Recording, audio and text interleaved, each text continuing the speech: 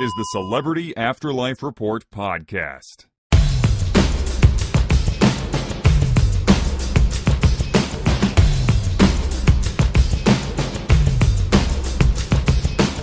Hello, friends, and welcome to the first Celebrity Afterlife Report for 2017. Good to see you made it through the previous tumultuous year. I'm the celebrity medium. Man, it is hard to know exactly where to begin this new year of reports. So many celebs have transitioned to the next world just in the last few weeks.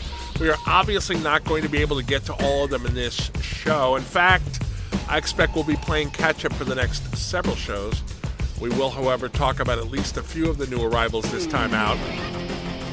If there's someone you particularly want to know about, give our hotline a call and ask about them. We'll give you the number at the end of the show.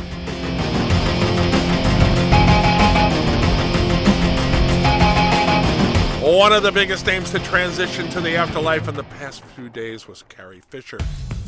Everyone knows Carrie as Princess Leia from the original Star Wars movies, of course. She was also in the Blues Brothers and other films, as well as being a best-selling author. Carrie Fisher is the daughter of Hollywood legend Debbie Reynolds, who transitioned the day after her daughter. For whatever reason, however, they arrived in the next world in opposite order, Debbie showing up several minutes before Carrie. Ms. Reynolds was on the platform in the reception area, being greeted by a large crowd of enthusiastic fans when her daughter walked up behind her. I'm told that Carrie put her finger over her lips in a shh gesture to the crowd, then goosed her mother while she was in mid-sentence. Debbie was startled and jumped, giving their fans a good laugh. And when she realized who had pinched her, Debbie started crying and immediately gave Carrie a big hug and kiss. Mother and daughter look as they did at their adult best on the earthly plane, as does everyone in the afterlife. A source told me that Debbie was in prime showbiz form as she thanked the crowd for welcoming her to the next world when someone in the crowd interrupted her by shouting, "So how does it feel to be here, Carrie?" Fisher responded, "After what I just went through, it feels great to be anywhere."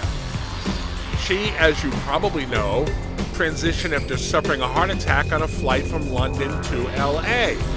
And when the mother-daughter pair left the reception area, one of my sources asked Debbie if she expected to be working on any projects with her daughter. Carrie answered for her mother, "Jesus, we just got here.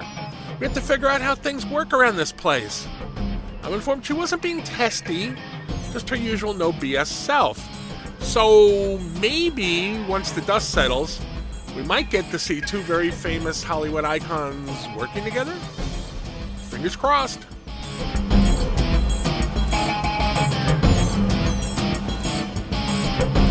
Since the last time I spoke to you, one of the other celebs to move on to his new existence was Alan Thicke. He, of course, was the star of the long-running TV sitcom Growing Pains and was widely considered one of the nicest guys in all of Hollywood. Less well-remembered than Growing Pains is his nightly talk show, Thicke of the Night. Although promoted as being the show that was going to challenge Johnny Carson's late-night dominance, it lasted less than a year after never living up to its hype. While the crowd gathered to greet Mr. Thicke wasn't quite the size of the one on hand to welcome Debbie Reynolds and Carrie Fisher, I'm told it was still fairly large. For his first appearance in the afterlife, Alan was wearing a hockey uniform. As a Canadian, he was a big fan of the sport and was playing it with his sons just before the heart attack that led to his transition to the next world. The outfit got some laughs and applause from the crowd, which I'm told seemed to please the actor. A Next World TV reporter cornered Thicke as he was being escorted away by a couple of people who assist new arrivals. Did he have any plans now that he was in the afterlife? Well, to be honest, I'd kind of like to take another crack at my old talk show, he answered. So, is a revival of Thicke of the Night in the works for the future? Only time will tell.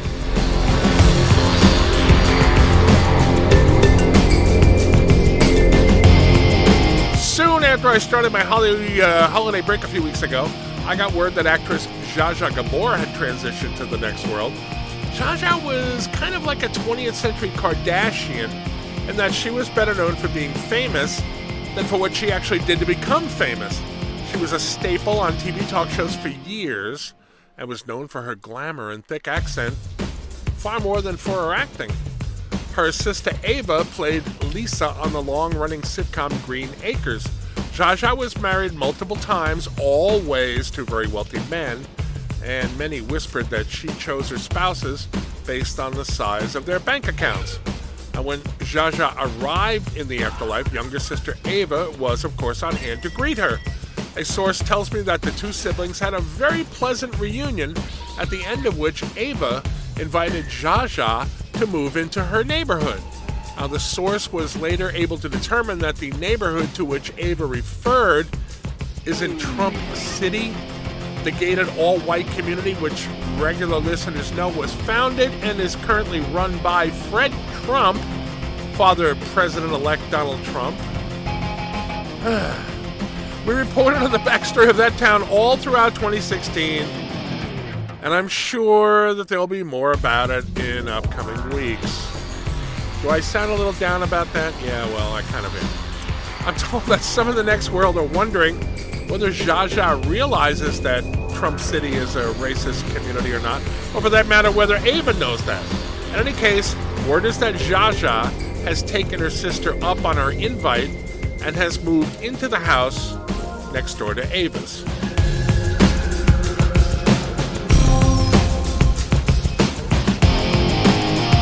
Back in November, I had the exclusive story of Florence Henderson's arrival in the afterlife. No sooner had Florence arrived in her new existence than she was greeted by her former co-star on The Brady Bunch, actor Robert Reed. A newspaper reporter waited patiently while the two old friends reunited, then attempted to conduct an interview with the legendary actress. He was interrupted, however, by the anonymous man who has been impersonating Abe Vigoda for years in the next world. Because of that interruption, we didn't get word about what Henderson and Reed discussed during their chat. We now know, however, that Robert told Florence he had a great idea for a new TV show they could star in together. Now, in it, as on their old show, he would play her husband. The twist here, though, is that the husband is gay. As you may know, Robert Reed is actually gay. Word is that Florence thought that that was a really interesting premise and that she told him she would love to work on that with him. Our reports say that the details of exactly why her character is married to a gay man have yet to be worked out, but that there are at least 2 Afterlife TV networks interested in airing the series when scripts are ready.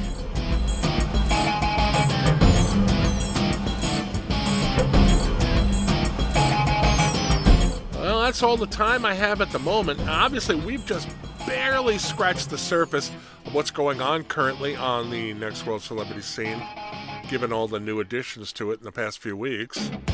I'm going to do my best to get to the newest stories as soon as I get word about them. And I hope you will come back next week and every week to keep up on all of it along with me.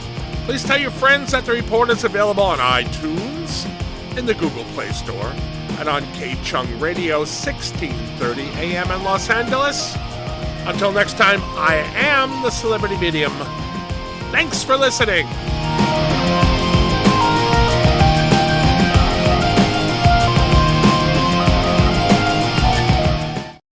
You've been listening to the Celebrity Afterlife Report podcast. To ask a question about your favorite deceased celebrity, call 818-3-MY-DREAM. 818-3-MY-DREAM. 818-369-3732.